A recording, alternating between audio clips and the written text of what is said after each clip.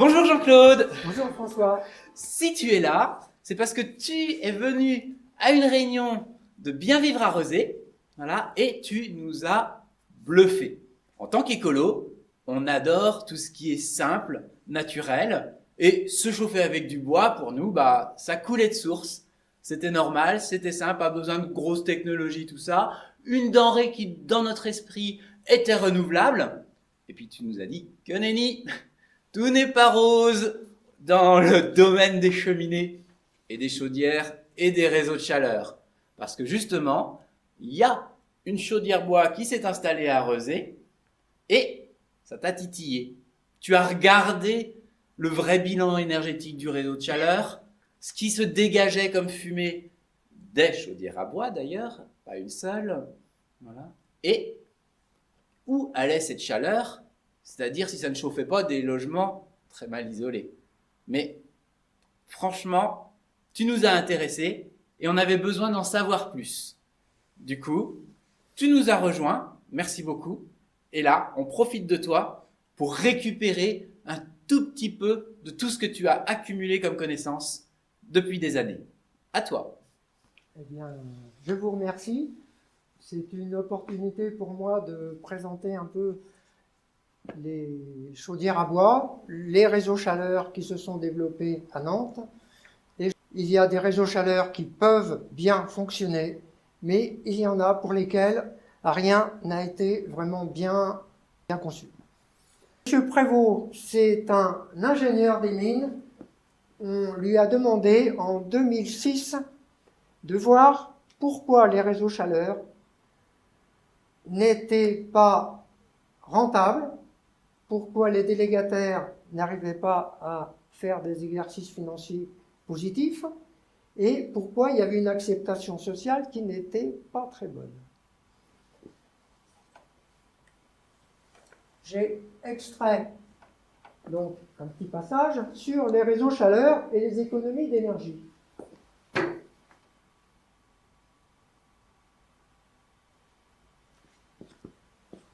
Donc, il dit, les efforts d'économie d'énergie, isolation des bâtiments, efficacité et moyens de chauffage rendront-ils les réseaux de chaleur définitivement trop coûteux? Il faut à la fois isoler les bâtiments et il faut rendre les moyens de chauffage efficaces. Mais ça les rend aussi coûteux. Que se passe-t-il pour les réseaux de chaleur alors? Puisqu'ils vont être obligés de fournir de la chaleur, mais en quantité moindre. Comment se rentabilisent les délégataires? Par le débit d'eau chaude qui multiplie le prix du kilowattheure. Donc, ça va poser des problèmes. Donc, la question se pose, puisqu'une partie des dépenses des réseaux de chaleur sont des frais fixes, c'est-à-dire les achats de chaudières bois, de chaudières gaz, etc., qui sont mieux amortis lorsque la consommation d'énergie est plus grande. Donc, on arrive là à une contradiction. C'est-à-dire que les réseaux chaleur sont encouragés à fournir beaucoup de chaleur à des logements passoires. C'est complètement inadmissible. C'est inadmissible. Ça tombe sur la même population toujours. Oui, c'est toujours sur la même population. Donc, le chauffage vise à procurer un certain degré de confort thermique au moindre coût. Oui. Mais pour un même confort thermique, il faut trouver un bon équilibre entre le coût de la chaleur, les dépenses d'économie d'énergie et les émissions de gaz carbonique fossiles. Voilà. Le problème aussi réside dans le fait que le gaz, s'il est meilleur pour l'instant, il va falloir trouver un autre moyen de chauffage.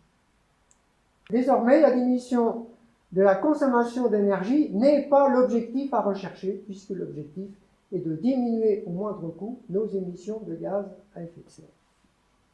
Voilà, donc on arrive à cette contradiction où les réseaux chaleur sont amenés à distribuer beaucoup de chaleur et ne vont pas rechercher à ce qu'on isole les bâtiments.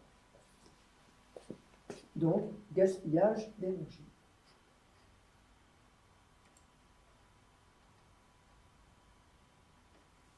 Alors, le chauffage, eau chaude sanitaire et cuisine. Donc, un petit document ADEME, donc sur les poêles à bois, chaudière ou insert. L'insert, c'est déjà mieux que la cheminée à foyer ouvert, puisqu'il y a une partie de la chaleur qui est récupérée. Et parfois, il y a comme des radiateurs à l'intérieur qui sont chauffés par la fumée, et ces radiateurs se continuent à l'extérieur, et ça produit un peu plus de chauffage vers l'extérieur. Voilà. Donc, pourquoi choisir le chauffage au bois? Là, je vais passer là-dessus. Donc, il y a différentes sortes de plaquettes, de granulés, de bûches, etc. Donc, vous pourrez vous documenter. Il y a beaucoup de documents ADEME qui sont très bien faits et qui pourraient vous renseigner sur ces chauffages au bois. Voilà, peut-être qu'on arrivera plus tard à se chauffer davantage avec des poêles à bois, avec des petites chaudières à bois automatiques, une fois que le prix du gaz aura remonté. Donc, rien n'est écrit dans les 10 prochaines années. Alors, le schéma de principe donc d'un réseau chaleur, il y a l'unité de production de la chaleur que j'ai représentée pour le réseau chaleur IDEX avec une chaudière à bois. Et il y a deux chaudières gaz, je n'en ai représenté qu'une, voilà, puisque c'est la même chose.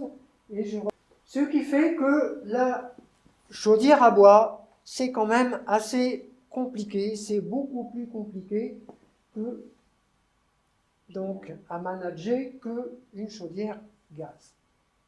Une fois, bien sûr, que la canalisation est émise. Donc, 5 à 6 fois plus cher qu'une chaudière gaz de même puissance. Et la chaudière bois, elle fonctionne d'octobre à mai, alors qu'elles sont autorisées à fonctionner toute l'année.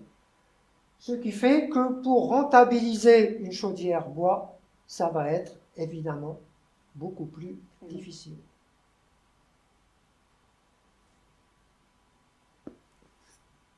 Et c'est pourquoi, à partir de 2009, les chaudières à bois dans les réseaux chaleur sont aidées par l'État, puisque c'était écrit à l'avance que la chaleur réseau serait trop chère si on utilisait les chaudières à bois sans aide de l'État.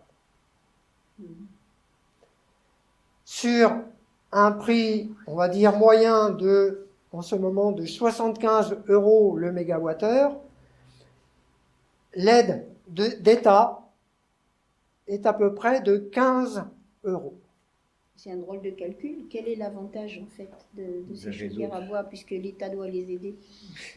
Eh bien, je vais dire qu'il y a eu tout un discours.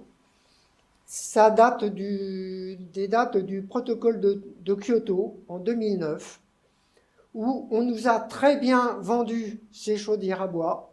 On a dit que le bois, c'était durable, c'était renouvelable et tout ça. Donc, il fallait se débarrasser des vilains gaz fossiles, de se débarrasser du pétrole. Et l'État a été convaincu et a commencé à donner de l'argent, beaucoup d'argent, dans ces réseaux chaleur, pour diminuer justement le coût énergétique à cause de ces chaudières à bois. Alors, l'aide ADEME ne va pas tout à fait totalement pour les chaudières à bois, puisque il faut bien livrer de la chaleur par des canalisations, il faut défoncer les routes, il faut des canalisations, donc il faut des matériaux, il faut des isolants, il faut des échangeurs à plaques, il faut faire passer parfois les canalisations sous les voies ferrées, il faut faire des fonçages, donc tout ça coûte très cher. Et pour contrebalancer tous ces coûts-là, eh bien, donc, l'État donc, finance. Mais l'aide de l'État ne va pas seulement jusqu'à ces aides ADEME, puisqu'on manque de bois dans la région, et en ce moment, l'État aide aussi au reboisement. Donc, il faut à la fois aider les chaudières à bois, les réseaux chaleur, mais il faut aussi aider parce que le bois manque. Et si on ne replante pas, eh bien le prix du bois, il va avoir toujours tendance à augmenter. Alors que les délégataires, quand ils construisent un réseau chaleur, ils disent on va fournir de la chaleur à un prix économique à 5% en dessous du prix du gaz. Malheureusement, le prix du gaz, ou heureusement, il a baissé. Donc, le coût chaleur réseau, il se trouve que maintenant, il est plus élevé que si on se chauffait au gaz par des chaudières à gaz qui étaient directement placées au pied des immeubles, au pied de la piscine, au pied de la cité radieuse et dans les différents immeubles du château. Et en plus, on n'aurait pas toute cette déperdition énergétique dans les tuyaux. Et les chaudières qui détruisent les déchets, etc., et qui récupèrent aussi de la chaleur, oui. Donc elles sont placées comme directement. Donc là, on détruit les déchets et on récupère de la chaleur. Mais la pollution engendrée est importante aussi. La pollution est moins importante quand on a des incinérateurs. Voilà, le problème pour RNA Californie, c'est qu'on est situé à côté, à 100 mètres des maisons de Bougnay et du Bois-Chabot. Il y a le restaurant KFC qui reçoit 250 personnes par jour. Et puis il y a la ZAC des îles qui va se construire avec 3300 logements juste à côté, qui vont être sous les fumées. Donc ce n'est pas ici qu'il faut placer une chaudière à bois, quoi. C'est pas ici qu'il faut placer ça. Et la chaudière IDEX, la chaudière bois, la chaufferie, elle est placée à côté du stade de la Trancardière, un ensemble sportif. Là non plus, ce n'est pas là où il fallait placer cette chaufferie. Voilà.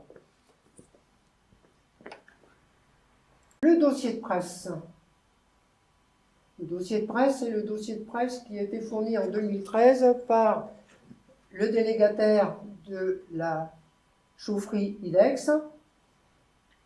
Donc il décrit à tous les intervenants, tous les politiques qui ont contribué à la naissance de ce réseau chaleur. J'en viens à la page 7.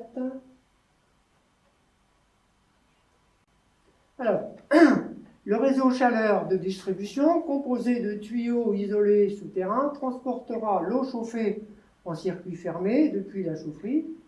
Donc il aura une longueur de 6 km et fonctionnera en hiver pour le chauffage et l'eau chaude sanitaire. Donc il était prévu que ce réseau chaleur fournirait chauffage et eau chaude sanitaire. Donc, et en été pour l'eau chaude uniquement, voilà, puisqu'il n'y a pas de chauffage. Donc le parc HLM, il a 800 logements, la cité radieuse, elle a 300 logements à peu près, et puis il y a des groupes scolaires, le lycée Jean Perrin, le collège Allende, qui sont reliés. Donc, on va voir ça ici. Donc, on a dit que l'eau chaude, donc, représentée par les traits rouges, donc, est poussée par des pompes dont la pression peut atteindre 15 bars, comme c'est le cas RNA Malakoff, 15 bars. Ce sont des pompes qui maintiennent la pression 365 jours par an. L'eau chaude du réseau, elle est à des températures maximum de 110 degrés Celsius en hiver. En été, c'est un peu plus faible, mais il faut dire qu'on a une dépense énergétique à fournir Pour chaque jour de l'eau chaude chauffer la sous terre. pression. Pour chauffer la terre. Donc ça coûte cher, quoi. Ça va coûter cher. Donc, Pourquoi on ne se contente pas en fait de mettre l'eau en hauteur pour garder de la pression? Ce serait idiot. Non. Ça se il fait faut habitation. beaucoup plus de pression, il y a des coûts, il y a des pertes de charge, il faut D'accord. par un bar, ça correspond à 10 mètres 33. Donc Et un c'est- tel réseau n'a pas de fuite. Il y a des fuites, il y a même des fuites qui sont tellement peu importantes qu'elles ne sont pas réparées.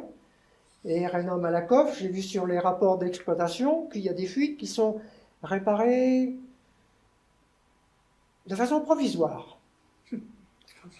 Alors, c'est quand même dommage, puisque dans l'eau du réseau qui fonctionne en circuit fermé, on met des adjuvants pour justement éviter que dans les échangeurs à plaques, ça se colmate.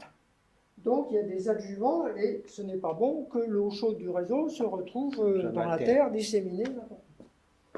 Donc on arrive à la distribution de l'eau chaude du réseau chaleur dans, par exemple, la piscine, qui est très grand consommateur d'eau chaude. Donc on va commencer par le chauffage, hein. C'est surtout pour ça qu'on veut chauffer la piscine. Donc c'est des échangeurs à plaques qui sont ici. Un échangeur à plaques, valeur 2014, ça valait 10 000 €. Si on veut de l'eau chaude sanitaire, ça fait 10 000 € aussi, en plus. C'est évident qu'on ne va pas pouvoir équiper des maisons individuelles avec l'eau chaude réseau. Il faudrait plus de 20 000 € déjà pour les échangeurs à plaques. Donc vous vous rendez compte qu'on ne peut fournir en eau chaude réseau que des bâtiments. Voilà. Donc ici, l'eau, elle fonctionne en circuit fermé, c'est-à-dire elle va dans l'échangeur à plaques, elle chauffe une plaque et repart ici, un peu plus froide. Et de l'autre côté, eh bien, on a le circuit fermé du chauffage, donc de la piscine, qui permet de chauffer la piscine. Quant à l'eau chaude sanitaire, donc c'est un autre échangeur, évidemment. Et là, il n'y a qu'une sortie, il n'y a pas d'entrée, puisque c'est l'eau chaude que vous prenez pour couler un bain, etc. Voilà. Pour la cité radieuse, qui a 296 logements, était prévu en 2014 qu'elle allait être reliée en eau chaude sanitaire, mais ça a tardé. Donc, même si ici, dans les documents, il devait y avoir l'eau chaude sanitaire et eau chaude du chauffage livrée, ça n'a pas été livré pour tout le monde. Ce n'est qu'en 2017, deuxième trimestre 2017, eh bien, qu'il y a eu un deuxième échangeur à plaques qui a été mis, mais il a fallu équiper chaque logement et faire amener les tuyaux donc depuis l'échangeur à plaques jusqu'à chaque logement de la cité radieuse. Ce qui y a eu d'ailleurs un contentieux, puisque IDEX voulait faire payer l'installation aux bailleurs. Voilà. Donc maintenant c'est réglé. Donc là, j'ai mis des maisons, mais c'est évident qu'on ne va pas pouvoir relier des maisons individuelles. En plus, ça ferait un circuit chaleur qui serait aussi très grand. Hein. Maintenant, les immeubles du château, eh bien, il se trouve que les immeubles du château ne sont fournis qu'en eau chaude du chauffage. L'eau chaude sanitaire, il ne va pas. Donc, hop.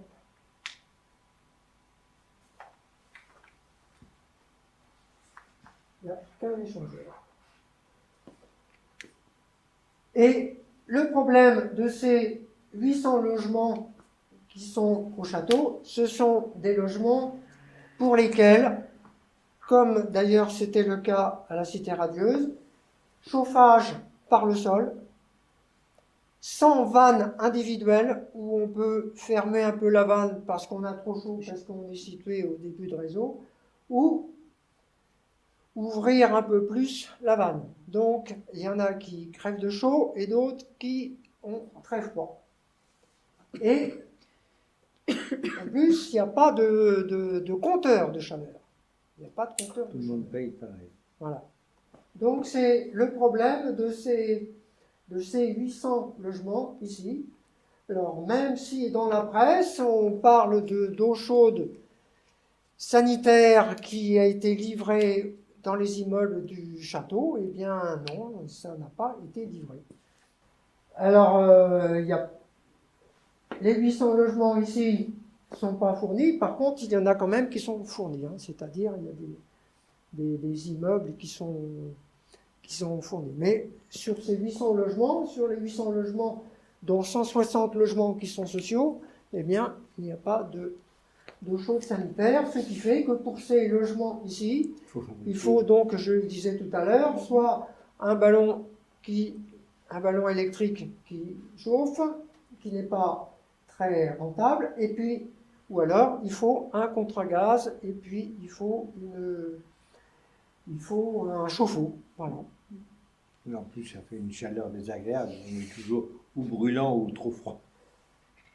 Il y a une loi qui va obliger les délégataires, enfin c'est surtout les bailleurs, à équiper les logements en compteur individuel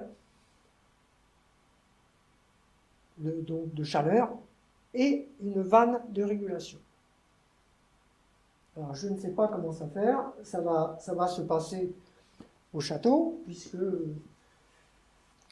j'avais contacté le conseil citoyen, je leur ai parlé du réseau chaleur, mais je n'ai pas eu de retour.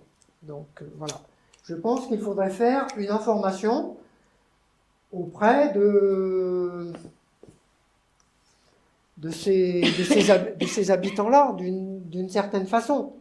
On ne peut pas les laisser comme ça, avec ces passoires thermiques, sachant qu'ils devraient avoir un chauffage qui sera comptabilisé et avec une vanne de régulation. Donc il va falloir les rénover, il va falloir faire quelque chose. C'est quelque chose qui n'est pas du tout logique, quoi. Et je crois qu'il ne faudra pas attendre de Nantes Métropole. Donc il y a des logements qui devraient être rénovés, mais je crois que ça traîne, il va falloir vraiment s'en occuper. Je pense que la liste Bien vivre à Rezé sera porter la voix de contestataire par rapport à ce qui a été fait pour l'instant.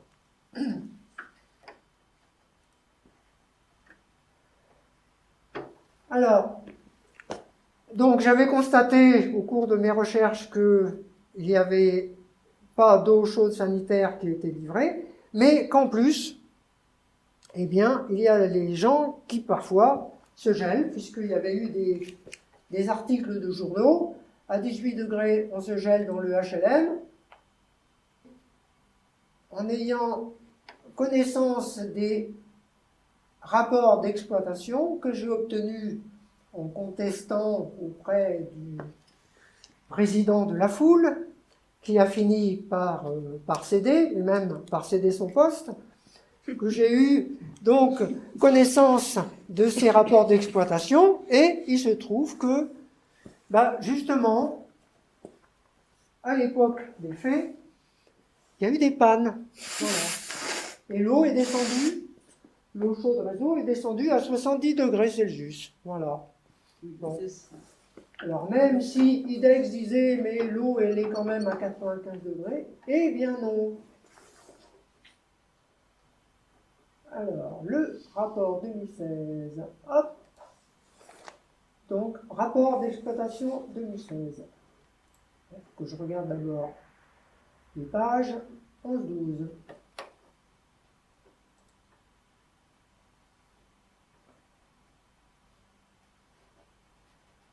Ah, je n'ai pas de numéro de... Bon.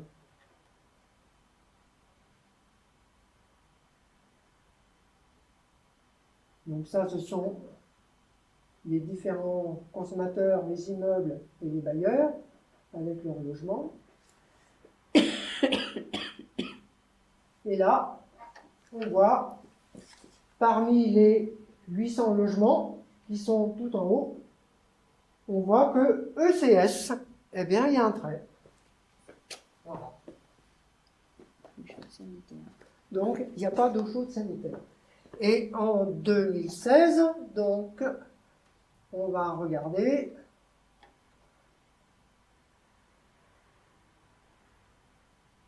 Donc, il y a la baracation aussi.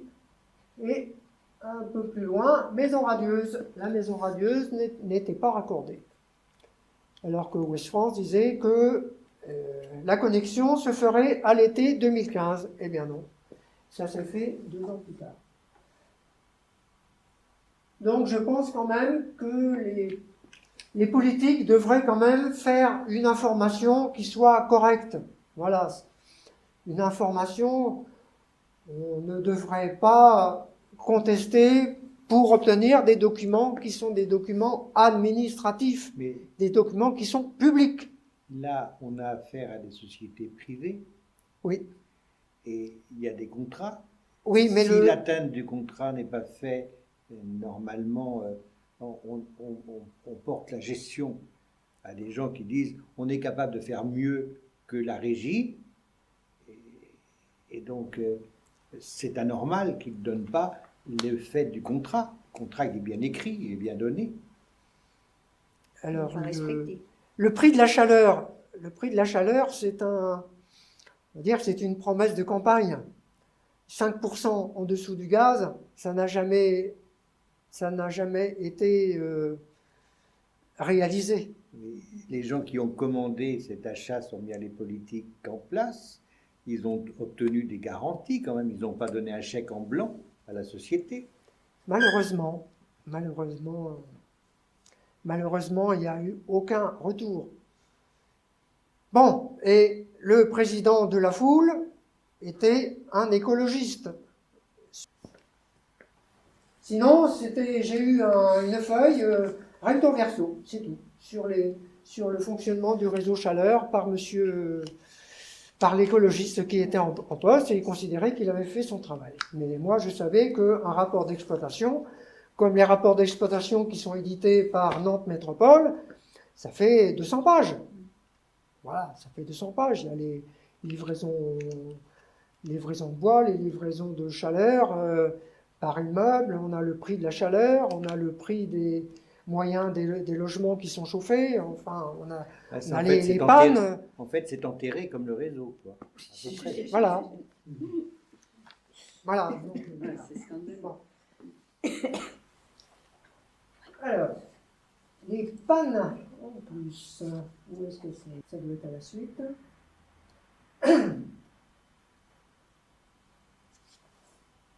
Donc, on était en 2016.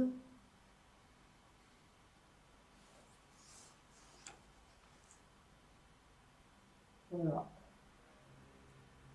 Et le mois de décembre, ce sont les pannes, et plus il y a de bâtons colorés, et plus ça veut dire qu'il a fallu de la main-d'œuvre. Voilà. Donc, en décembre, il y a eu des pannes. Et bon, dans le document, ils en parlent encore un peu après. Donc, c'est une fois que j'ai obtenu ce rapport d'exploitation, eh bien, ça a été très, très concret. Il y a les livraisons de chaleur, immeuble par immeuble. On a les prix de chaleur concernant tous les bâtiments. Et la première année, eh bien, la maison radieuse a eu un coût chaleur qui a été très important. Parce qu'il faut dire que les bâtiments sont mal isolés. la conception de la maison radieuse, elle était vraiment pas en fait vertueuse énergétiquement sur la base. C'est-à-dire qu'effectivement, une distribution de chauffage par le sol, en fait, sans possibilité de réguler. Il y a eu des travaux il y a peut-être 30 ans pour isoler le bas, le sol en fait du dernier étage parce qu'il y avait une grosse déperdition. Et ce que tu as expliqué tout à l'heure sur l'idée en fait qu'effectivement en bas on va avoir froid et en haut trop chaud, c'est exactement ce qui se passe parce qu'il y a plein de choses géniales qui sont dans la maison radieuse, mais pas du tout pour la chaleur. C'est un immense pont thermique en fait, sans qu'il y ait de travaux spécifiques. C'est vraiment pas conçu pour la chaleur. Par exemple, il y a du double vitrage, mais c'était pas du tout pour la chaleur, c'était juste pour isoler du bruit, puisque de toute façon, il y a la structure béton et qui a une continuité et un pont thermique total. Donc de toute façon, la conception est mauvaise en termes de chaleur. À l'époque, c'était pas du tout dans l'air du temps cette idée qu'effectivement il y avait un problème au niveau de la consommation d'énergie. 1953, la construction, c'est comme. Alors, lors de l'inauguration donc d'IDEX, le 27 novembre 2014, Monsieur Allard, qui était nouveau maire, avait commencé par dire que la chaufferie, c'était un héritage. Bon, et lorsque on en est venu à parler du chauffage de l'alimentation de certains bâtiments, eh bien, il avait dit par exemple que l'auditorium, c'était un bâtiment récent, aux normes BBC, bâtiment basse consommation, et que peut-être il n'y avait pas intérêt à le relier au réseau chaleur. Surtout qu'il est très loin. Il est en terminaison. Quand on veut se faire livrer de la chaleur, il faut faire un contrat pour dire, eh bien, j'ai besoin de tant de kilowattheures. Donc ça, d'abord, c'est un coût. Bon, voilà. Et ensuite, il y a le coût au kilowattheure qui est livré. Donc c'est évident que si le circuit est loin, je suppose que il faut payer ce contrat. Voilà. Et on voit ici, par exemple, que pour l'auditorium, eh bien, le coût chaleur, il est de 88 € le mégawattheure.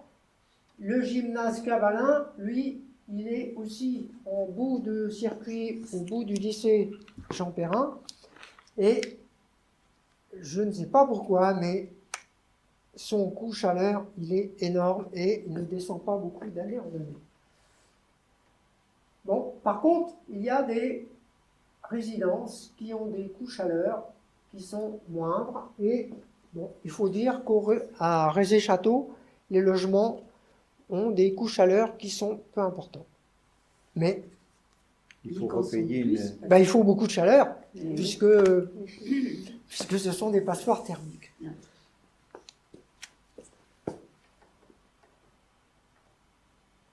Et puis ils n'ont pas tous l'eau. Mais non, ils n'ont pas l'eau. Ils n'ont pas l'eau, donc ils ont moins. Alors, je n'ai pas tellement de connaissances donc pour ce qui concerne les exercices financiers, mais à lire les lignes, on peut voir que les exercices financiers ne sont pas mirobolants, puisque la société IDEX a été obligée d'obtenir de l'argent de la part du siège. Voilà. Bon. Les exercices financiers des réseaux chaleur sont presque tous négatifs depuis 2014. Alors, normalement, une société ne doit pas vendre à perte. J'ai posé la question à une financière de Nantes Métropole. J'ai dit, mais là, ça fait plusieurs années que les exercices sont négatifs. Elle me dit, oui, mais là, il faut juger sur 20 ans. Ah bon. Combien Bon. Il ne faudra pas remplacer les tuyaux au bout de 20 ans. Alors, le problème, c'est qu'une chaudière à bois a une durée de vie d'à peu près 15-20 ans. Les canalisations, à peu près 20-25 ans. On a changé la chaudière. C'est lourd. J'ai vu un exemple de réseau chaleur à problème du côté de Bordeaux où ils avaient des 26% de fuite réseau. Et en regardant tous ces rapports-là, tu as vu des solutions, des choses qui pourraient être faites ou qui pourraient améliorer la situation? Parce que ça existe, ça ne peut pas être démoli maintenant, ces choses-là. Alors, il y a des réseaux chaleur qui, pour moi, qui fonctionnent et qui peuvent exister. J'ai parlé d'un réseau chaleur qui existait en campagne avec des copeaux de bois, donc combustible homogène, avec des maisons qui sont groupées. Mais pas Donc, sur ça pas sur 10 fonctionne bien, kilomètres. court. Il y a les réseaux chaleur qui fonctionnent avec les usines d'incinération d'ordures ménagères, qui ont de la chaleur qui doit de toute façon être Évacuée. éliminée, qui est gratuite. Chaleur fatale, on dit. Donc ça, c'est déjà, on n'a pas le problème du bois à acheter. Et il faut évacuer la chaleur. Donc c'est ce que fait Nantes-Malakoff, qui récupère la chaleur de l'usine d'incinération qui est sur la prairie de Mauves. Et bien sûr, elle est obligée d'avoir d'autres chaudières en support.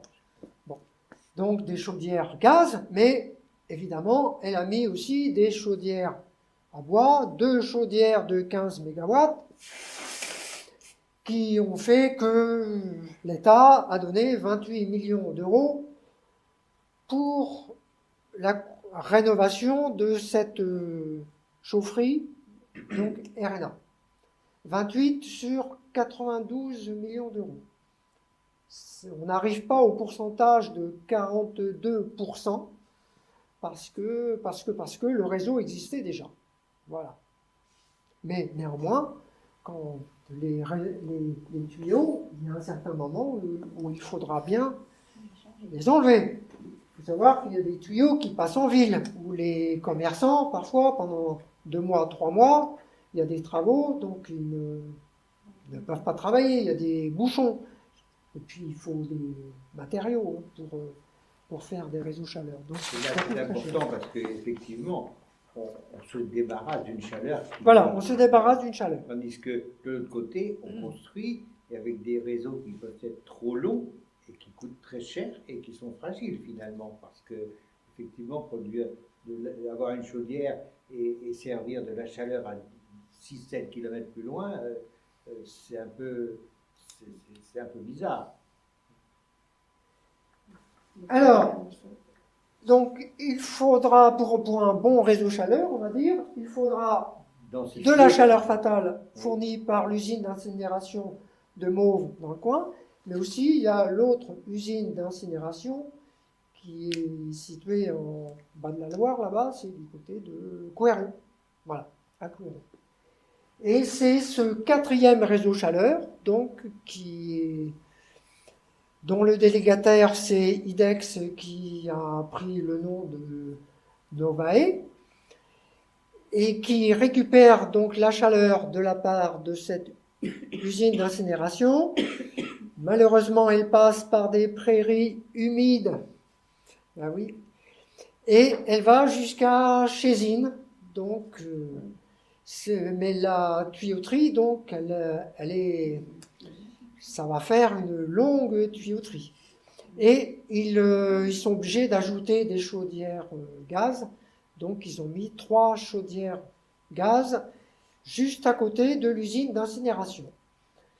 Mais il se trouve que j'ai vu avec Climate Change, qui fait des prévisions d'augmentation du niveau de la mer et avec les crues, on est dans des zones submersibles. Voilà. Donc, et même la prairie de Mauves, elle peut être inondée. Et 2030, hausse du niveau de la mer plus crue annuelle, ça fait les 3/4 de l'île de Nantes qui sont inondées. De même, la chaufferie RNA. De même, le futur CHU.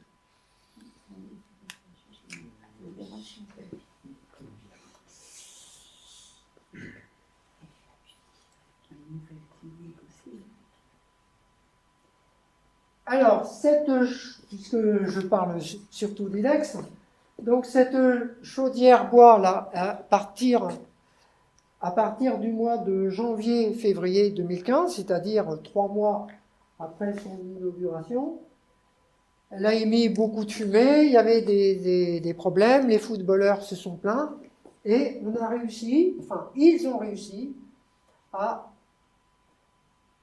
faire en sorte que les week-ends, la chaudière bois s'arrête.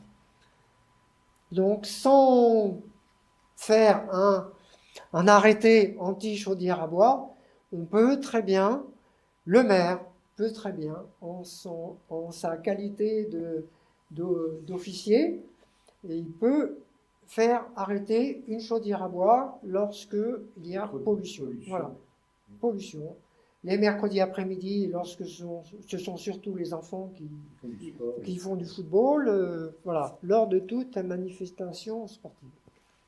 Il n'y a pas moyen aussi de jouer sur les filtres, parce que tu parlais tout à l'heure des filtres, mais la qualité des filtres. Alors, là, le problème qui s'est posé pour IDEX, c'est qu'il y a eu une mauvaise conception, c'est-à-dire la cheminée avait un diamètre trop grand, et en réduisant le diamètre de la cheminée, ça fait en sorte que la vitesse d'éjection a été plus grande. Voilà.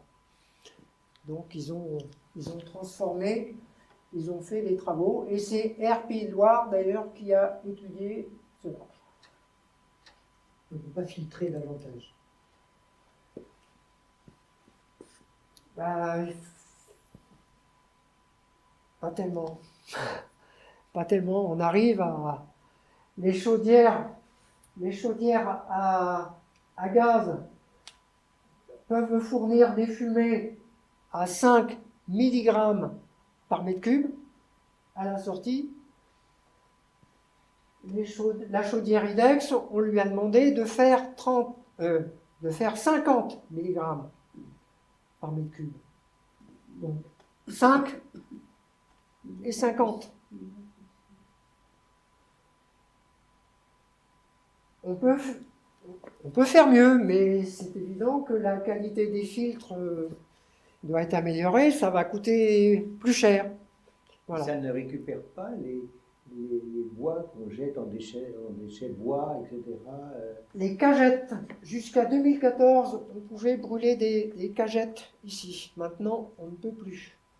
Néanmoins, on peut utiliser quand même des palettes, du bois de palettes déchiquetées. On peut utiliser des déchets bois de scierie. C'est à peu près 80% du bois qui est du bois plaquette. 80% de bois de forêt qui est utilisé dans cette chaufferie, de même pour les chaufferies RNA. Et c'est du bois qui n'a pas séché. Ah, c'est du bois qui a quand même séché un peu. Hein. Il est à peu près à 40% d'humidité. Ça paraît beaucoup, parce que vos bûches, vous n'avez pas 40% d'humidité. L'ADEME préconise 20% d'humidité maximum. Mais les chaudières à bois sont prévues pour fonctionner avec un taux d'humidité de... Bon, 40%, c'est quand même beaucoup. Et c'est du bois qui vient d'où? Le bois de forêt, il vient d'où?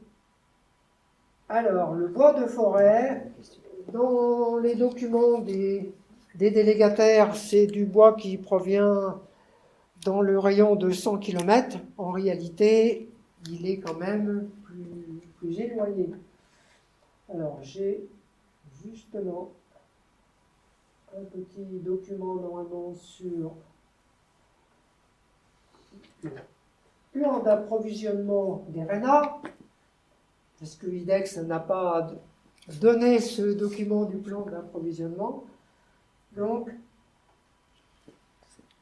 là, c'était pour la chaudière RNA, donc qui doit consommer 9300 tonnes de biomasse par an. Donc, il est prévu 60% de l'approvisionnement de Loire-Atlantique, donc ça veut dire 40% de l'extérieur. Le complément est issu d'une zone d'approvisionnement située sur 3 régions, 5 départements. Donc 56 doit être Morbihan, ça, Morbihan, oui. je suppose. 35, donc c'est Rennes, la Vendée et la Lucerne. Donc, comme je le disais, donc c'est à peu près 80% de bois plaquette qui est à peu près utilisé. IDEX avait commencé à utiliser plus de déchets et puis il y a eu des pannes de chaudière jusqu'à une panne qui a duré 1 an.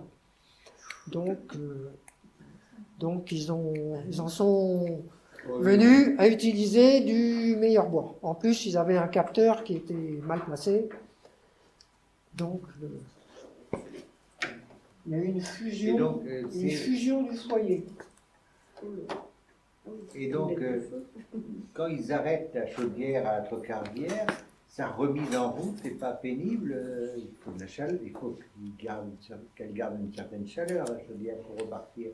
Alors, quand on démarre une chaudière bois, il se trouve qu'on rentre, alors c'est très manuel, il y a un trou d'homme, on amène ces petits papiers, ces bouts de bois, on allume avec une allumette et on referme. Bon, on pourrait dire que c'est automatique, mais non.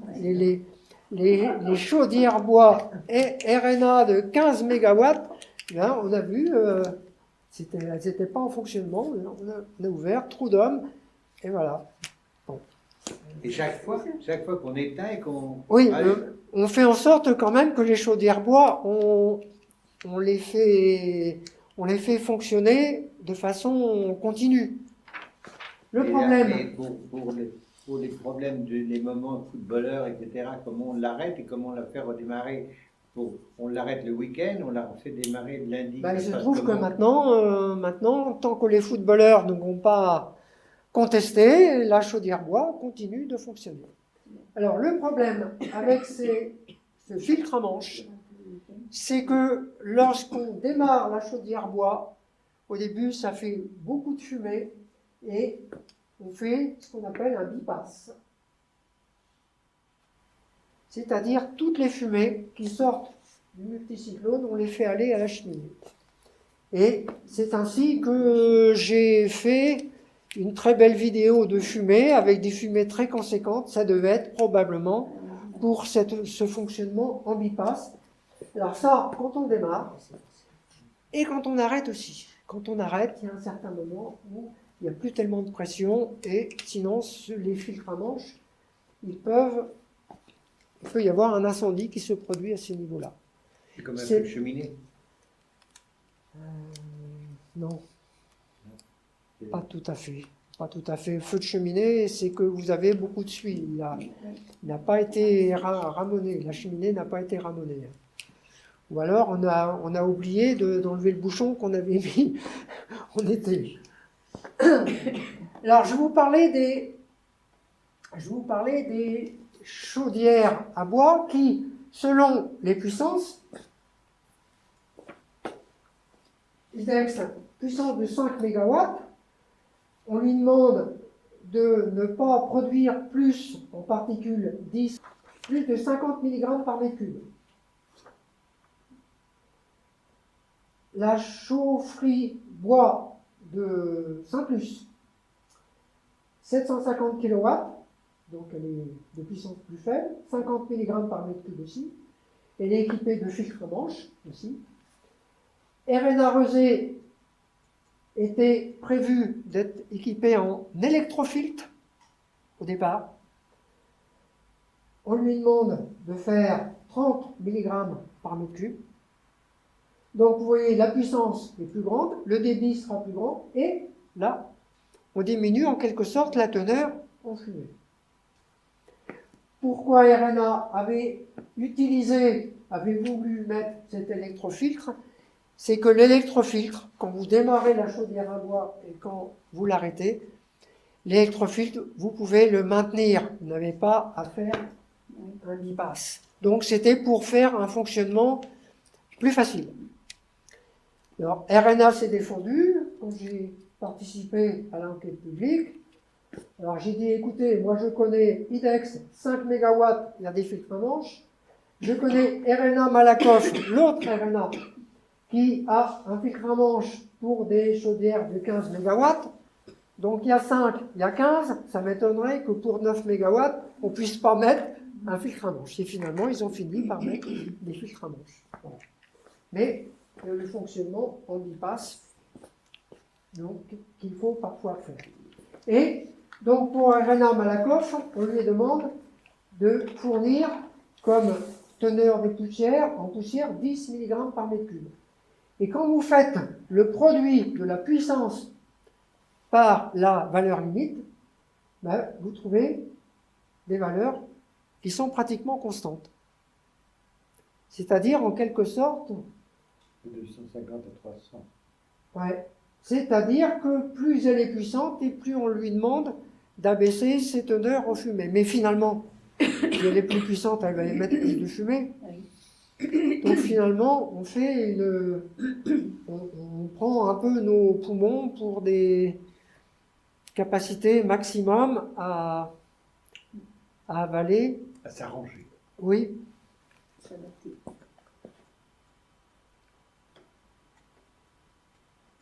Le confort se paye cher. Hein. Le confort se paye cher. Absolument. En termes de retombées pour la population, est-ce que le fait de faire des cheminées plus hautes pourrait diminuer les retombées ou pas? La dispersion se fait mieux, donc, mais ça pollue Ça chez le retombe. voisin, en quelque sorte. Hein. Ça retombe. À des doses plus faibles, mais ça retombe tout le temps. Alors, il faut savoir aussi que parfois, il n'y a pas de vent. Et que là, ben, c'est la population qui est tout au bout, tout au bord, qui va tout prendre. Alors, des fumées, voilà. Donc ça, ce sont les premières fumées, les premiers panaches de fumée que j'ai obtenus auprès de l'IDEX. Et vraisemblablement, une mise en bypass des fumées de la chaudière bois. Alors, un petit jeu de mots sur la chaudière qui a bois.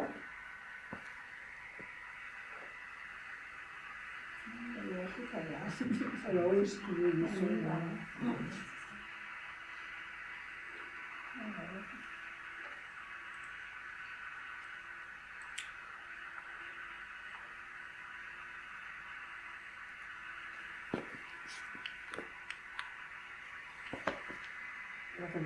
On voit bien aussi là.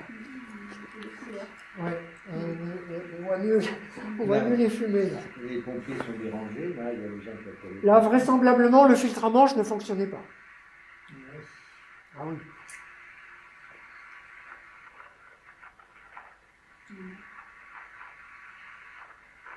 Et ça s'ajoute aux pollutions des voitures, de la circulation, etc. Pollution de la circulation, pollution des autres moyens de chauffage. Hein. Alors, là, tout à côté, vous avez des terrains de football, quoi. Hein. Donc, On a des chiffres précis justement sur ces pollutions de temps en temps. Mais ça arrive souvent. ben, ce sont les capteurs de pollution des RPI de Loire qui peuvent réellement mesurer la pollution, mais ces capteurs, Qui il soient y en a orientés. rue Victor Hugo, il y en a du côté du Jardin des Plantes, il y en a, mais... D'accord. Mais ils donnent Donc- des résultats ou pas? Non. Pardon? Ils donnent des résultats Ils donnent des résultats, oui. Et ça, Et c'est pas parfois, vrai. les fumées, elles passent juste à côté, elles ne sont pas prises en compte. Alors, lors de l'enquête publique, j'avais demandé à ce qu'il y ait des stations de mesure à Rezé et Bougnay, et après, il y en a eu. Voilà. Tel que C'est où tu nous as maintenant? montré quand on a fait la sortie vélo. Voilà. C'est où? 30 moules. À 30 moules. À 30 mous. Et l'autre de Bougnay, elle est en sens opposé. D'accord. Ah, ça, c'est génial. Donc là, ce sont des photos même qu'on retrouve dans le rapport d'ARPI Loire quand ils ont étudié les problèmes de la cheminée de l'IDEX. Ils ont piqué tes photos. Voilà, ça fait des très belles photos. Donc c'est un constat, mais on dit que la bonne solution, c'est d'isoler, pour fumer moins, d'isoler les bâtiments, pour que ce soit... Bah, déjà, si on isolait ces bâtiments-là, on aurait à fournir Moins. moins de chaleur pour obtenir la même température dans les bâtiments. S'il y avait des vannes de régulation, eh bien les gens n'ouvriraient pas les fenêtres quand ils ont trop chaud. C'est le seul moyen qu'ils ont hein. À la maison radieuse et dans les autres bâtiments, parfois ils ouvrent la fenêtre parce que dans des bâtiments, ils ont trop chaud. C'est la folie. c'est inadmissible. C'est Ouais. inadmissible en 2020 d'avoir des choses comme ça. À l'heure où ça devient, où le problème s'accentue et s'accélère, et pour nos respirations, et puis pour les quantités de chaleur disponibles. Enfin, ça, a priori, ça va être réglé puisque Jean-Claude nous a dit qu'à partir de décembre 2020, ça va être obligatoire d'avoir des vannes sur chaque appartement, c'est ça hein? Oui, Donc, 20 décembre 2020. seulement pour les bailleurs et pour les propriétaires aussi ou pas Ah, Alors, je crois que ce sont les bailleurs qui vont être tenus de faire les transformations. D'accord, donc pas pour les propriétaires du coup dans un immeuble. Là, je ne pense pas. D'accord.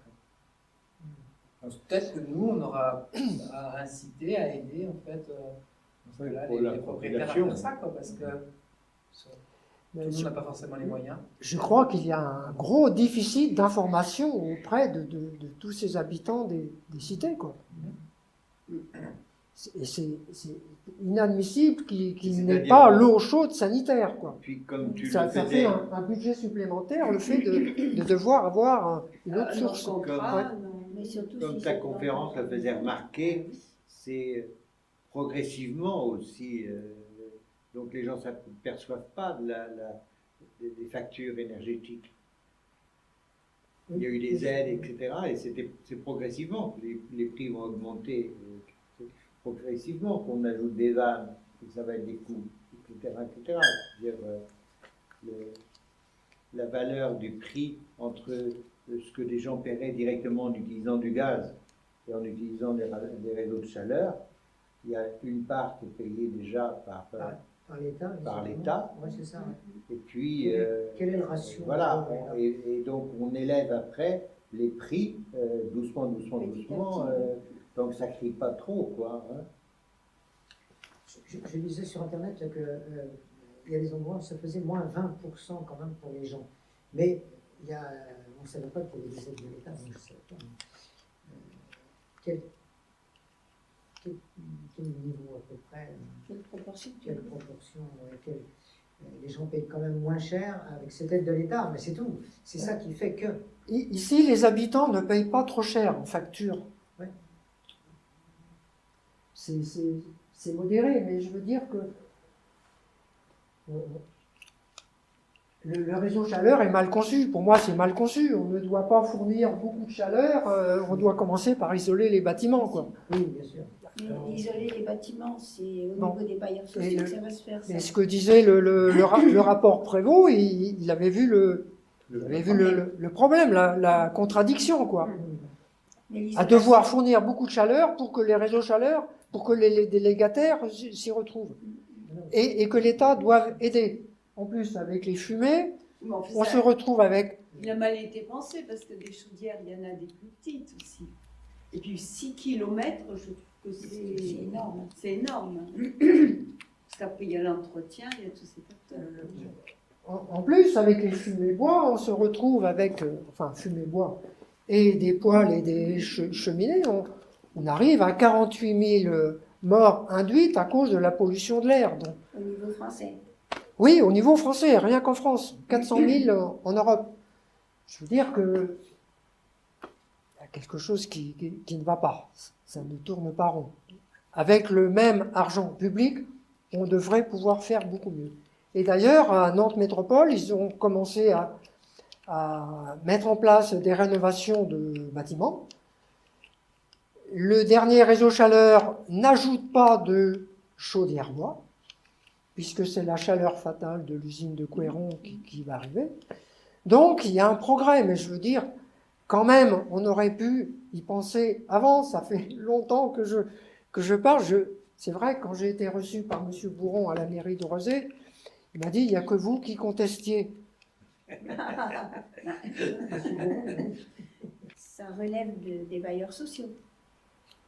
Ça relève Ben, je du- crois que c'est de la compétence de Nantes Métropole. C'est Nantes Métropole. Voilà.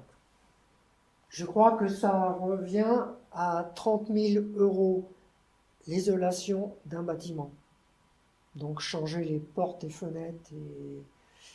Ça me semble très peu ça. Oui, aussi. Moi aussi, pour Mais un c'est ce qui bâtiment, m'a il y a posé combien chez de moi. Quel type de alors, bâtiment ça me paraît Un beaucoup. Il y bâtiment. a combien d'appartements? Ah, un logement, Ah, un logement, pardon, ok. un logement, Ça, un logement, ça, un c'est logement. logique. 30 000 logements, 30 000 Franchement, euros un ça me logement. paraît beaucoup. Ouais, là, ça paraît beaucoup. Pour Ouais.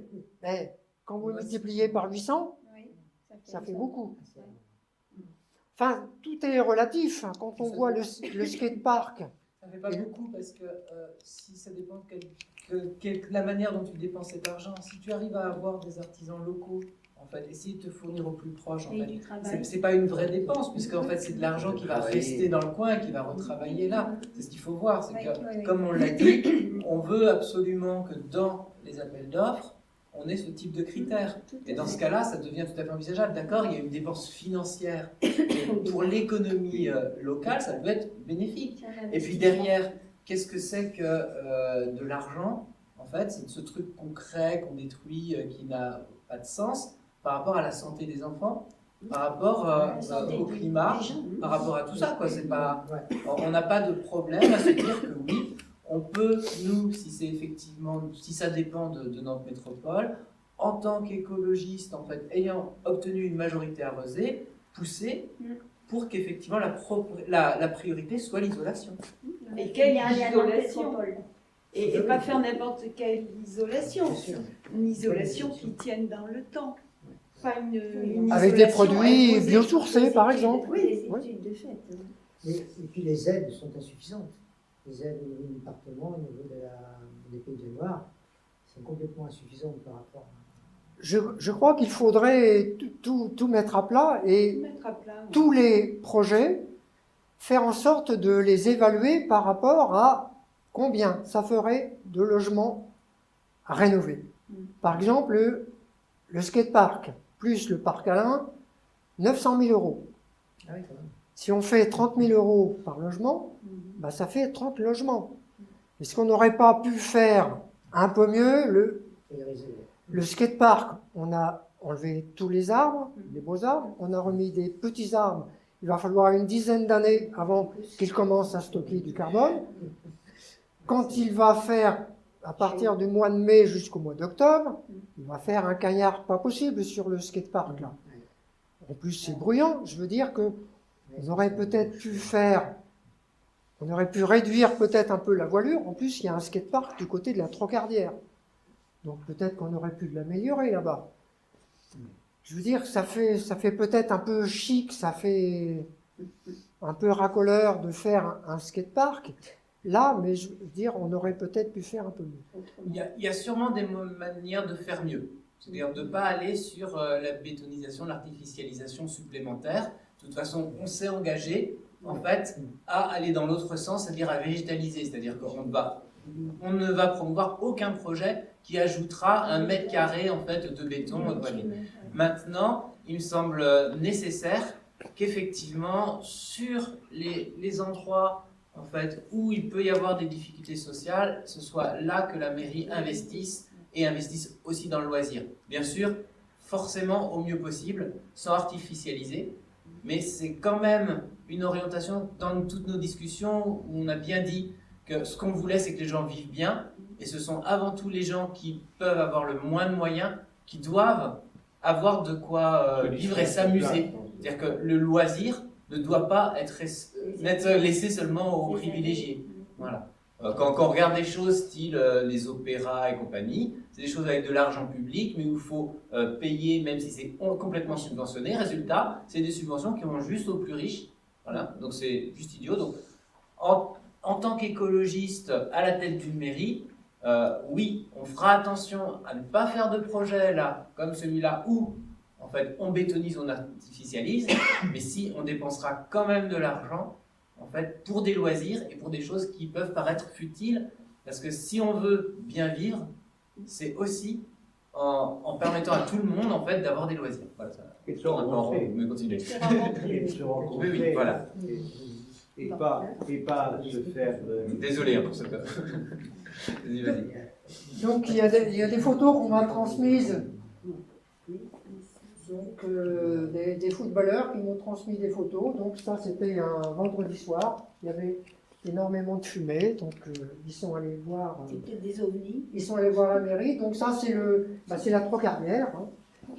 Et là, c'est juste à côté de la chaufferie, il y a le terrain synthétique, terrain de foot synthétique. Là, je crois aussi que on doit pouvoir faire mieux qu'un terrain synthétique. Voilà, faire une vraie pelouse, peut-être l'arroser d'ailleurs avec l'eau de la Loire, juste la filtrer. Donc parce que on aura peut-être des déficits hydriques dans certaines villes, et peut-être qu'il faudra en venir à utiliser des circuits, donc des doubles circuits pour arroser.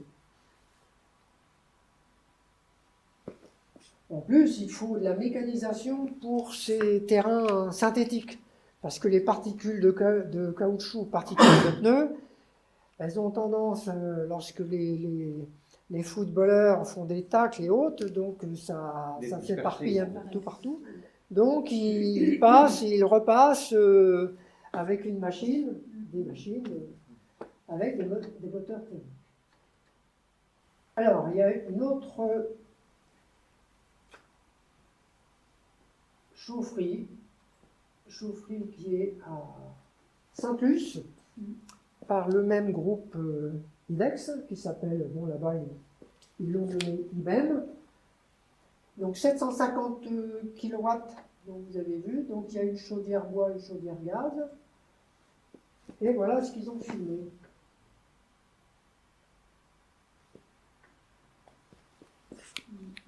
Et les maisons sont à 30 mètres. Hein. Comment est-ce qu'on peut savoir que c'est pas de la condensation, que c'est des poussières qu'on voit un film comme ça? On ne sait pas. Non. Comment est-ce qu'on le sait? C'est naïf ma question, je ne sais pas. Comment est-ce qu'on sait que... Ces particules là. Là, en plus, les fumées ne sont pas éjectées à la verticale. Là, ça s'en va dans tous les sens. Donc, ce sont les grains. Les grains de fumée, là, sont lourds. Voilà, sont lourds. La fumée, c'est ça. Voilà, les particules d'eau. Bon, les autres panaches qu'on a vus, ils sont impressionnants. Mais il y a de l'eau, il y a de la condensation d'eau. Ici, c'est vraiment des particules de fumée. Là aussi, ça devait être un bipass. Là, ça devait être un C'est le bipass. départ, c'est au départ. Et ça fume comme ça pendant 3/4 d'heure ou... Ah, c'est pas moi qui filme ça. Alors, il faut... Donc, ce réseau chaleur, c'est à Sainte-Luce. C'est un réseau Nantes Métropole. Je crois qu'il n'a pas été bien conçu puisqu'ils n'ont pas obtenu les aides ADEME. Ce qui rajoute 15 € le mégawattheure pour leur prix chaleur. Par rapport à une chaudière personnelle au gaz, ça représente quoi? Alors, la chaudière au gaz, elle sera à peu près à ce prix-là. Mais les taxes sur le gaz augmentent. Et puis, de temps en temps, si on prend en compte l'achat et l'amortissement de la chaudière gaz, c'est plus élevé. On arriverait plutôt à 100 € le mégawattheure. Donc c'est quand même intéressant là parce qu'il y a les aides. C'est quand même intéressant pour Oui, l'usager d'être. mais les aides, Là, il n'y en a pas. les aides, quelque part, on les paye. Oui. Ah oui. Alors, il a été très mal conçu puisque ça devait être un écoquartier. Ceux qui devaient acheter, on leur a promis que ça allait être écologique et tout. Panneaux solaires, on leur a dit. Et puis finalement, on leur avait pas parlé de chaudière bois, de réseau chaleur. Finalement, ça a été réseau chaleur et chaudière bois. Ils ont commencé à équiper les premiers logements en toute électricité.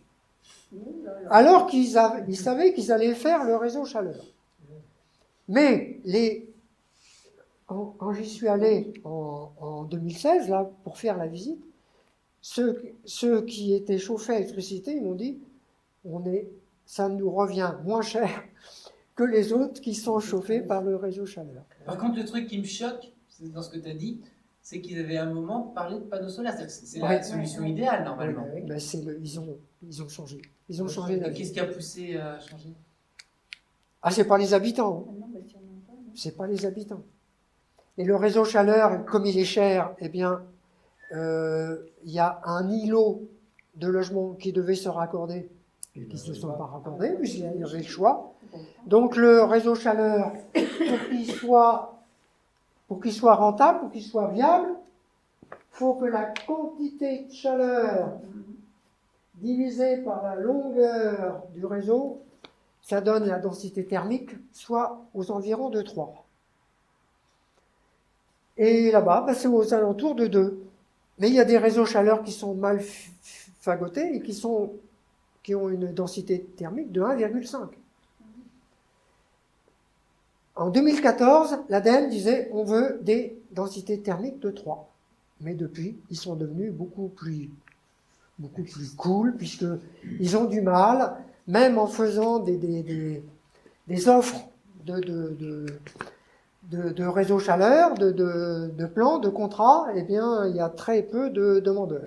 Les délégataires ne se bousculent plus opportunément. Alors, je vais vous montrer. Ben, vu les fumées, ça se Oui, comprend. ça se hein. comprend. Ben, tant qu'ils n'auront pas résolu ce problème de capter Non, les t'inquiète fumées. pas. On parle de délégataires, de gens qui veulent gagner du fric. Donc les fumées, ils s'en foutent. Oui. Tout ce qui compte, c'est est-ce qu'ils peuvent gagner du fric avec cette solution ou pas. Ouais. Alors, parfois, on obtient des très belles photos. Ça, c'est sur le NOx sur la région de Nantes. C'est des fuites, ça. C'est comme une thermographie, Oui, quoi. ça, Donc les ça, films de chaleur. plus la couleur est rouge, Plus c'est chaud. Il y a de pollution. et plus il y a de pollution en oxyde d'azote. Et là, c'est Donc- c'est les voitures, là, plutôt. Là. Donc on voit que ce sont sur les axes routiers, hein, principalement. Ah ouais. Et la chaufferie, je l'ai représentée ici.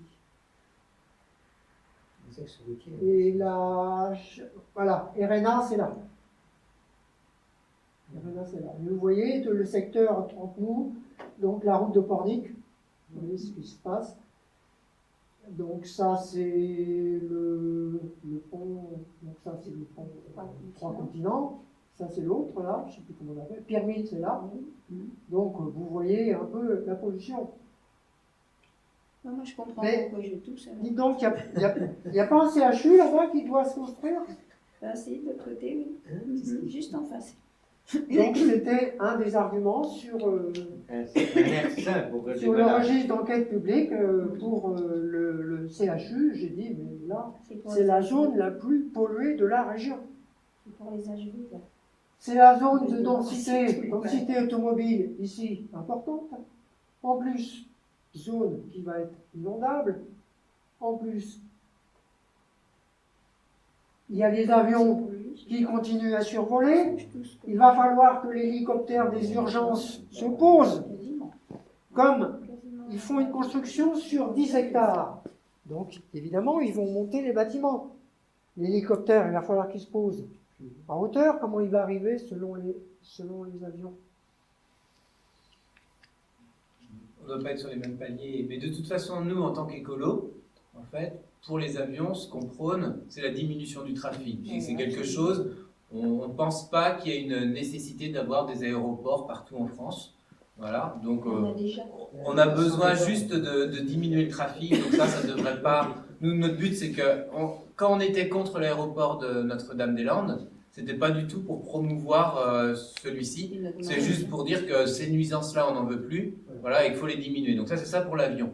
Pour ce qui est du trafic automobile, là, au niveau de toutes les agglomérations, donc ce qu'il y a, c'est qu'on veut, au niveau métropolitain, porter, en fait, un plan de transport, en fait, des vrais TER, en fait, voilà, des vrais RER, transformer, en fait, les TER en RER, c'est-à-dire d'avoir des trains cadencés, réguliers, voilà, à tous les moments de la journée, pour faire en sorte que ces grosses zones, en fait, de pollution ne soient plus là, parce qu'on veut inciter tout le monde à ne plus venir en voiture en fait sur Nantes, puisque ce qu'on a vu là comme zone très grosse, ça correspond aux gens qui rentrent et qui sortent de Nantes, principalement sur ça. Donc ce qu'on veut, c'est que ce soit avant tout du transport en commun. Donc là, on veut encore une fois mettre de l'argent public pour ça, parce que ça vaut le coup, c'est pour tout le monde, et que c'est juste impossible de se dire que dans la ville, les enfants, en fait, tuent leur santé simplement en jouant au foot. Bah, il va falloir mettre des parkings relais sur la route de Pornic, là, et puis Plus loin faire que ça. venir une ligne de tramway. Plus loin que ça, c'est-à-dire que notre idée, c'est vraiment, en fait, d'inonder en fait, la région sur ça. C'est-à-dire d'avoir progressivement des lignes en fait, de TER qui se transforment en lignes de RER, voilà, et avoir incité vraiment les gens par la fréquence et la régularité des trains à vraiment prendre le train. C'est-à-dire que ce soit plus pratique de prendre le train que la voiture. Voilà, et ça, ce n'est possible qu'avec des solutions où les trains en fait, sont vraiment cadencés et présents toute la journée. Qu'on n'ait pas à attendre 2 heures pour prendre un train et se dépêcher à sortir du cinéma ou même de son boulot pour ne pas louper son train. Alors j'aime bien cette image. Ça résume un peu ce que disent certaines mairies. Alors, on ne voit peut-être pas bien là. On voit quand même une cheminée de chaudière bois. Et information de la mairie, pollution, réduisez votre vitesse. Voilà. Bon, c'est un peu ça, hein, c'est-à-dire. Voilà. Et notamment sur la route de Pornic, là, eh bien, la municipalité veut qu'elle soit réduite de 2 voies à 1 voie sur un certain tronçon, et passage de 50 km, de 70 à 50 km par heure. Ce qui fait que ça va créer davantage de bouchons. En fait, non. Non. C'est le contraire. C'est-à-dire que les bouchons se créent en fait au moment où, par rapport à la vitesse maximale, les gens vont commencer à devoir ralentir. Donc, plus et aller jusqu'à freiner en fait. Et c'est là que vont commencer les bouchons. Ce qui va se passer quand on passe de 70 à 50 ou de 50 à 30, c'est pas en fait l'augmentation des bouchons, c'est juste c'est même pas la disparition de l'augmentation, c'est le fait qu'ils apparaissent plus tard et disparaissent plus tôt. C'est-à-dire qu'ils vont en fait apparaître plus tard avec la même densité de véhicules et disparaître plus tôt. Donc on va plutôt les réduire en fait concrètement. Et c'est des choses qu'on porte, le fait de réduire la vitesse en ville. C'est-à-dire que cette idée que c'est pas la peine en fait que nos villes ne servent qu'à aller plus vite d'un point A à un point B. Nos villes, elles sont là pour vivre. Elles sont là pour que les gens puissent y vivre convenablement. Et dans le schéma que j'ai vu tout de suite, enfin juste à 2 schémas de ça, tu montrais bien en fait que les zones les pires, c'était quand même vraiment les routes. Donc évidemment, la chaudière bois, on voit des petits points. En fait, là, je pense à la trocardière, quoi. C'est juste absolument clair. Mais je pense que c'était pas idiot quand même le panneau de réduire de réduire la vitesse, en fait, tout ça, parce que ça se voit directement sur le schéma, que c'est vraiment les routes qui apportent énormément, en fait, de pollution, non? Moi, j'aime bien quand les gens ont le choix. Le choix de prendre parking relais, on laisse la voiture, voilà. Ou alors, on prend la voiture, mais bon, il faudra passer par des petits trous, Moi, j'ai peur que la circulation se reporte sur l'intérieur de Rezé. Les gens vont passer dans mon quartier, vont essayer de se faufiler un peu partout pour arriver quand même Un peu plus. Ah non, parce que si là, comment ça s'appelle, si la pénétrante, là, en fait, avec le boulevard Charles de Gaulle devient, quand ça s'appelle, passe à 50, en fait, ben, ça veut dire que autour, ça va plutôt être à 30. Voilà. L'idée, là, sur les axes qui passent à 50, c'est que le reste de Rezé soit à 30. Donc, ce sera pas, ils n'auront pas l'impression d'aller plus vite en allant dans les quartiers plus résidentiels. Alors ça, ce sont les doses. Hein. En rouge, dose maximum, c'est 40 microgrammes par mètre cube. Attention, tout à l'heure, les doses que je donnais, c'était sortie cheminée. Là, c'est les teneurs dans l'air que l'on respire. 40 microgrammes par mètre cube, et on ventile plusieurs mètres cubes par jour. À quelle hauteur, du coup? Alors ça, ce sont des modélisations qu'ils font.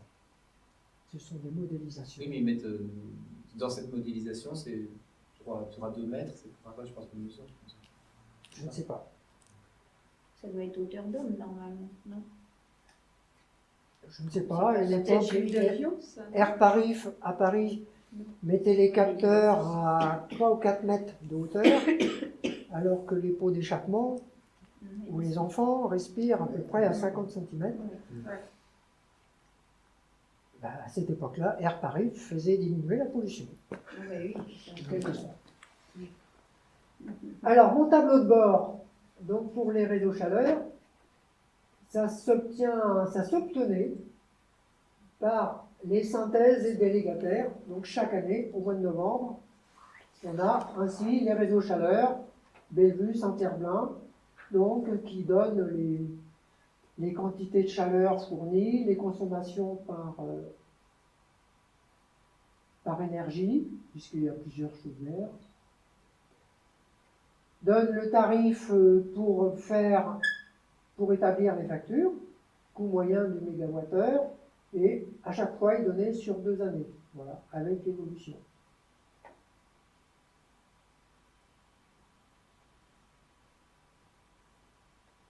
Donc les documents que je mets ici, ce sont des documents publics. Voilà, documents publics évidemment, que j'aurais bien voulu avoir la première année avec IDEX. Voilà. Donc là, on peut comparer les coûts chaleur pour les différents réseaux chaleur. Nadic, c'est Chantenay, c'est juste en face Chanteloup, hein, c'est Bellevue. Donc Irena, Malakoff, vous savez, Saint-Luce et IDEX. Donc vous voyez qu'on tourne autour de 75, 80. Pour IDEX, ça dépasse un peu. Alors je considère que si on se chauffe au gaz, un appartement qui se chauffe au gaz, il peut arriver à peu près à 80 € le mégawattheure. Et vous voyez qu'IBM, eh bien, il est à 92,48. Donc il y a le décalage parce que le délégataire n'a pas pu défalquer l'argent qu'il a reçu par l'ADEME et faire diminuer ce coût chaleur. Et même pour IBM, vous voyez les autres coûts chaleur, en 2016, c'était 91,35. Donc c'est monté jusqu'à 106 en 2014. Le bailleur a même pris sur lui une partie des charges parce qu'il a considéré que les usagers c'était trop élevé. Ce qui avait étonné Madame Lermouf qui était allée en réunion là-bas.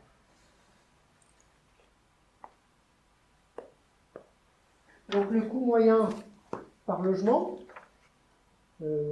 selon un document de Nantes Métropole, à part 550 €, c'est à peu près le coût par logement si c'était chauffé au gaz.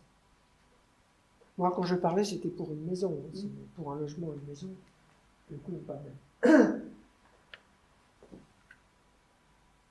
Donc, vous voyez que pour IBM, qui est l'avant-dernière colonne, donc on arrive à 500 de 2018 à 2013. Vous voyez les coûts de 562 à 666. Chiffre magnifique même. Bon, par contre, pour les autres réseaux chaleur, donc Nadic, la première colonne, donc la deuxième, Nantes-Malakoff, donc ça se tient un peu. Bon, c'est pas loin du 550, mais ça tient encore. Pourcentage de couverture, bois. Bois où on considère que la chaleur fatale, c'est de l'énergie renouvelable aussi. Donc, voilà.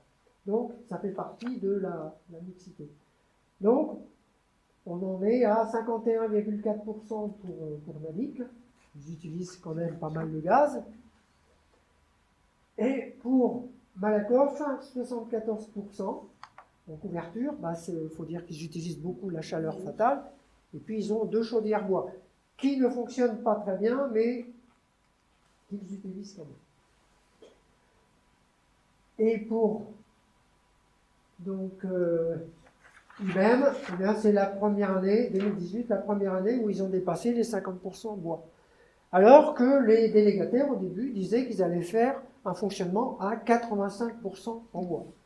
De même, IDEX, ils avaient dit 85% en bois. Le maximum qu'ils ont fait, c'est 69%. Donc,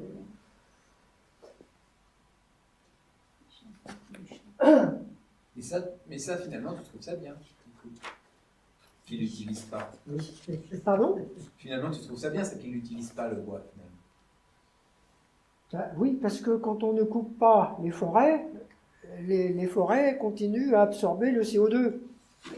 Quand il y a des incendies de forêt, on dit mais c'est une catastrophe, la pollution, tout le CO2. Le même bois que l'on brûle dans les chaudières, il économiserait le CO2. Il y a quelque chose qui ne va pas dans le raisonnement. Hein? Voilà, quelque part. En France, Alors, les forêts sont très mal gérées. En plus.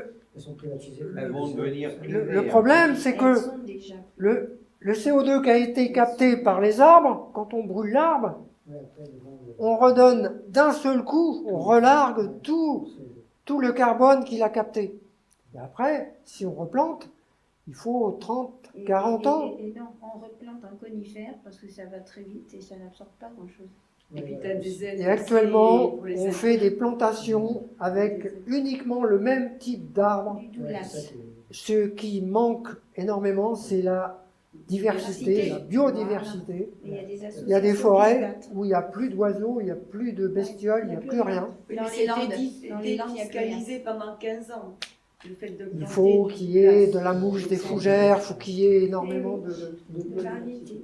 Le problème, il est juste sur l'idée que les services publics doivent être rentables. C'est-à-dire que pour l'ONF, il y a des forêts où on voit plein d'ingénieurs de l'ONF qui ne sont pas du tout d'accord avec Au contraire, la on politique, organise les puisque différentes eux, en essences. fait, ils voyaient effectivement leur rôle qui était un rôle De à au moins un préservation. siècle à chaque fois. Ouais. Quand quelqu'un plante quelque chose, prévoit un plan, c'est pour un siècle, et en fait là, on leur demande d'aller sur de la rentabilité, et donc de faire des arbres à pousser rapide, toujours les mêmes, ça n'a rien d'une forêt, c'est juste un champ. En fait, c'est comme un champ de maïs, sauf que c'est avec du bois. Voilà, et donc il n'y a plus de vie. Il n'y a juste plus de vie, il n'y a plus de forêt, et il n'y a pas de pérennité en fait dans le temps. Non. C'est-à-dire que normalement, quelqu'un qui entretient une forêt, le résultat de ce qu'il a fait, ce sont ses enfants, voire ses petits-enfants. Voilà, c'est absolument pas la personne. Là, on veut une rentabilité, enfin, on veut que dans 20 ans ou dans 30 ans, on récolte en fait cet élément. Même Donc, avant, c'est- même avant. C'est juste impossible. Et Mais là, d'un c'est point de vue gestionnaire, c'est sans doute une. Enfin, T'as c'est des un- éclaircies, tu fais des éclaircies. c'est un très bon- c'est un très bon exemple. exemple de la raison pour laquelle on n'est pas en fait à droite ou LRM et compagnie. C'est que dès qu'on est sur une rentabilité financière, on n'est plus du tout sur le respect de la vie, le respect du vivant, voilà, et on est sur des politiques suicidaires, tout simplement. Ouais, tout simplement. Désolé, vas-y. Alors, on disait que l'État fournissait de l'argent pour les réseaux chaleur quand il y a des chaudières bois. L'État aide aussi ces réseaux chaleur par le taux de TVA qui est appliqué sur l'énergie, c'est-à-dire sur le combustible. Donc, quand on arrive à une mixité supérieure à 50%, la TVA, au lieu d'être à 20% sur l'énergie, elle tombe à 5,5%. Ah, oui. Voilà. Donc, Ça change. ce qui fait que pour les premiers réseaux chaleur, on a 5,5%, 5,5%. Bon, j'ai vu dans les rapports que pour IBM à Saint-Luce, il y avait même 5,5% quand la mixité était inférieure à 50%. Ensuite, la densité thermique, donc je vous ai dit, c'est la quantité de chaleur utile, c'est-à-dire qui est réellement consommée par les usagers, divisé par la longueur, au kilomètre. Donc, les deux premiers réseaux chaleur, les deux plus importants, 3,1, donc c'est bon, 3,15, c'est bon, mais on tombe pour IBM à 2, qui recherche des clients. Et pour IDEX, 2,1 aussi. Ils n'ont pas récupéré assez de clients, parce qu'il y a beaucoup d'autres immeubles de logements, et ils ne veulent pas se raccorder. Il faut dire que poser la question, qui veut se raccorder à mon réseau chaleur pour faire diminuer les charges? Ça n'est pas très porteur quand même, il faut l'avouer. Les rendements. Alors, rendement global. Rendement global, c'est... Donc, on tient compte de toute l'énergie, et le rendement, c'est Qu'on chauffe, quantité de chaleur réellement obtenue, fourni. divisé par toute cette énergie qu'il a fallu fournir. Et on n'arrive pas à des bons rendements. Vous voyez, même pour Nabic, donc 77,4, le dernier, donc ça fait 23% de l'énergie qui est dépensée. C'est à peu près pareil dans un moteur de voiture. Ah non, c'est pire. Pire. C'est 40% le rendement pour une voiture. 40% pour un... Par contre, on arrive à 95% pour un moteur électrique. Au moteur, Non, non. au moteur, mais pas sur, Mais non, parce après qu'on sur l'ensemble. ne peut pas comparer. Non. Sur de l'essence, c'est très dense en énergie. Sur de l'électricité, en fait, il faudrait voir la source, pas l'électricité. Moi, je parle du rendement global, Oui. c'est-à-dire l'énergie mécanique Oui. obtenue Oui. divisée Au moteur, par divisé par l'énergie l'énergie. qui est Voilà, contenue dans le la combustible. circulation. Voilà. Donc là, il y a plusieurs rendements.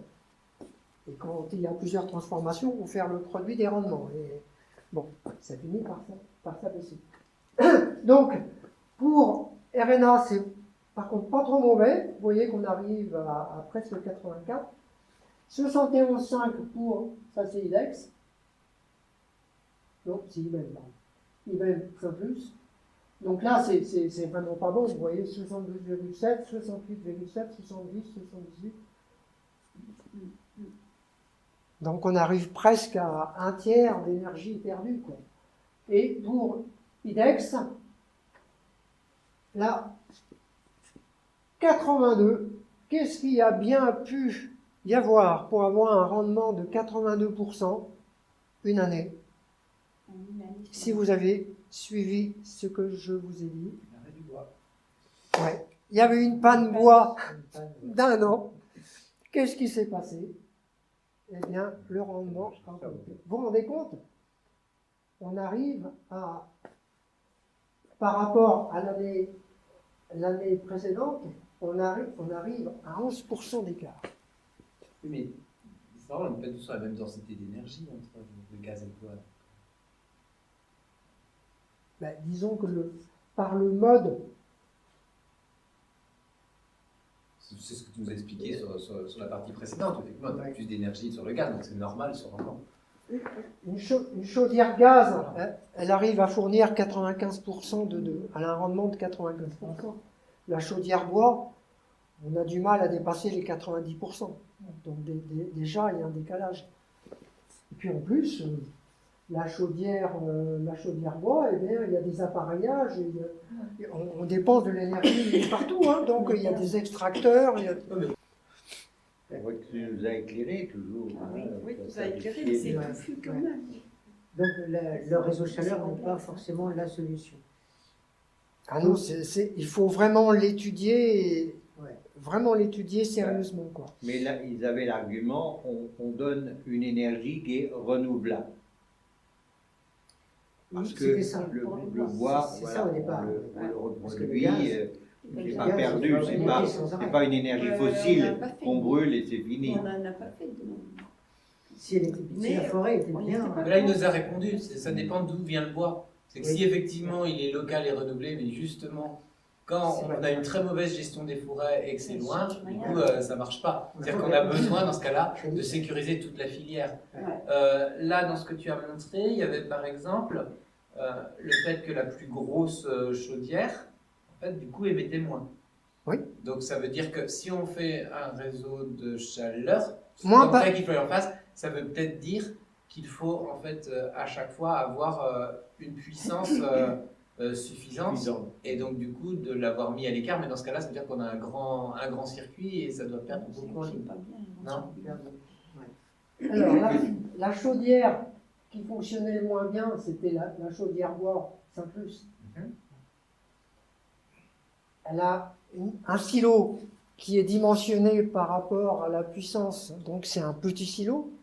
Donc il y a un camion bois qui arrive, il vient d'un endroit où c'est du bois de haie, par exemple, puis après ça va être du bon bois, et l'opérateur, s'il n'est pas là quand arrive le bon bois, après le mauvais bois, parce qu'il a réglé pour que le mauvais bois il puisse quand même brûler, eh bien, il y a la température qui monte, et après Il n'y a pas un opérateur en permanence à contrôler. Non. Non. Donc il faut avoir des silos qui soient suffisamment conséquents pour qu'il y ait un brassage. À Malakoff, ils ont des systèmes pour renouveler le bois en bas de silo, de façon à ce que ça soit beaucoup plus homogène.